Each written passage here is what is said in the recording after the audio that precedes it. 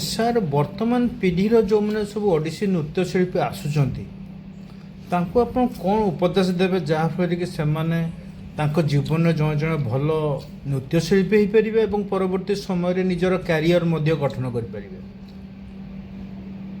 ମୁଁ କହିବି ଯେ ସେମାନେ ଯେଉଁ ନୃତ୍ୟଶିଳ୍ପୀ ଆଜିକାଲି ବାହାରୁଛନ୍ତି ଓଡ଼ିଶୀ ନୃତ୍ୟରେ ସେମାନେ ଗୁରୁମାନଙ୍କଠୁ ଶିଖୁଛନ୍ତି ସତ, କିନ୍ତୁ ସେମାନେ ଯେଉଁ ବ୍ୟାକରଣ ଶୁଦ୍ଧି ତାଙ୍କର ଯେଉଁ ଏକାଗ୍ରତା ଯେଉଁ ସାଧନା ଯେଉଁ ଆମର ବ୍ୟାୟାମ କରିବା ତାପରେ ଏକ୍ସରସାଇଜ୍ କଲା ପରେ ଯେଉଁ ଷ୍ଟେପିଂ ଗୁଡ଼ା କରିବା ଆଉ ଯେଉଁ ଅଙ୍ଗ ଶୁଦ୍ଧି ଯେଉଁ ଅଙ୍ଗ ଶୁଦ୍ଧି ତ ସେଟା କଲେ ହିଁ ଅଙ୍ଗ ଶୁଦ୍ଧି ହେବ। ଖାଲି ଆସିକି ତ 2-3 ମାସ ନାଚିବ ସେ ଯେତେ ନାଚିଲେ ବି ତାର ଅଙ୍ଗ ଶୁଦ୍ଧି ଆସିବ ନାହିଁ। କାହିଁକି? ଓଡ଼ିଶୀ ନୃତ୍ୟ ଏକ କ୍ଲାସିକାଲ ଡ୍ୟାନ୍ସ, ତାର ଯେଉଁ ଭାବଧାରା ଅଛି, ତାର ଯେଉଁ ଚିନ୍ତାଧାରା ଅଛି, ତାର ଯେଉଁ ବ୍ୟାକରଣ ଅଛି, ଏମିତି ଏମିତି କରିବ, ଏଇ ପର୍ଯ୍ୟାୟରେ ଏମିତି କରିବ, ଏଇ ପର୍ଯ୍ୟାୟରେ ଏମିତି କରିବ, ସେତକ ନିୟମ କାନୁନ ମାନେ ଗୁରୁଙ୍କ ଠାରୁ ଶିକ୍ଷା ଲାଭ କଲା ପରେ ଦୀର୍ଘ ଅନ୍ତତଃ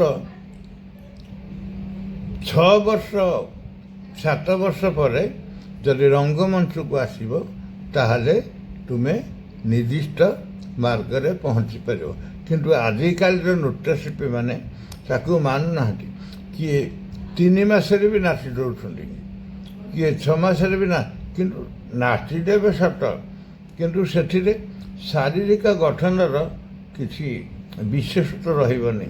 ଆମର ଯେଉଁ ଓଡ଼ିଶୀ ନୃତ୍ୟର ଯେଉଁ ବିଶେଷତା ଅଛି, ଯେଉଁ ଆମର ନିୟମଟା ଅଛି, ତାକୁ ତ ଧାରାରେ ନ ପକାଇ ନାଚିବା, ଖାଲି ଏମିତି କରିକି ନାଚିଯିବା, ଜଗନ୍ନାଥଙ୍କ ପାଖେ ଫୁଲ ପକାଇଦେବା, ତାପରେ ଠିକ୍ କରିଦେବା, ତାପରେ ଯାହା ସେମିତି କଲେ ନାଚିବେ ସତ। ଆଜିକାଲି ଦର୍ଶକମାନେ ବି ଦେଖିକି ତାଳି ମାରିବେ, ଏମିତି କର, କିନ୍ତୁ ସେଥିରେ ନିଜର ମୌଳିକତା ଯେଉଁ ଓଡ଼ିଶାର ଯେଉଁ ମୌଳିକତାଟା ସେଇଟା ହରେଇ ବସିବ। ମୁଁ ସେମାନଙ୍କୁ କହୁଛି ସେମାନେ ଯାହା କରନ୍ତୁ, ନୃତ୍ୟ ଶିଖନ୍ତୁ, ଯାହା କରନ୍ତୁ, ସେମାନେ ସ୍କୁଲ କଲେଜରେ ପଢ଼ୁଛନ୍ତି, ସିଏ ତାଙ୍କ ଟିଚରମାନେ କହିବେ ସେଠି ନାଚିଦେବା ଅଲଗା, କିନ୍ତୁ ସେ କରିବାକୁ ପଡ଼ିବ।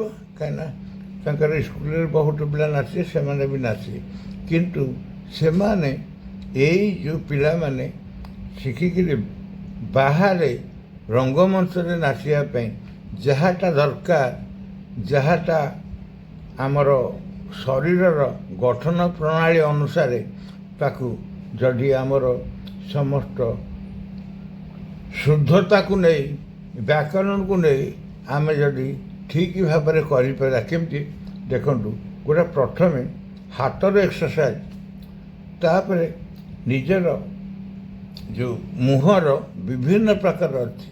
କାହିଁକିନା ଅଭିନୟ ଆଜିକାଲି ନାଚୁଛନ୍ତି, କିନ୍ତୁ ଅଭିନୟରେ ବହୁତ ତ୍ରୁଟି ରହୁଛି।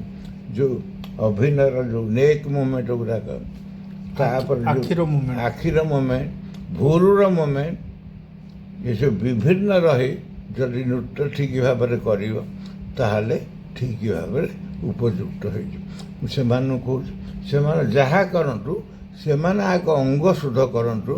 ପ୍ରଥମେ ଷ୍ଟେପିଂ ଏକ୍ସରସାଇଜ୍ ସବୁ କରି ତାହାପରେ ନୃତ୍ୟ, ଛୋଟ ଛୋଟ ନୃତ୍ୟ ଶିଖିଲା ପରେ ତାପରେ ଓଡ଼ିଶୀ ନୃତ୍ୟର ବ୍ୟାକରଣ ଅନୁସାରେ ମଙ୍ଗଳାଚରଣ, ସ୍ଥାୟୀ, ପଲ୍ଲବୀ, ଅଭିନୟ, ମୁଖ୍ୟ ଏସବୁ ଧାରା ଗୋଟିଏ ଗୋଟିଏ କଲେ ସେମାନେ ଉପଯୁକ୍ତ ନୃତ୍ୟଶିଳ୍ପୀ ପ୍ରମାଣିତ ହେବେ। ଏଥିରେ ଅତ୍ୟୁକ୍ତି ନାହିଁ। ଧନ୍ୟବାଦ ସାର୍।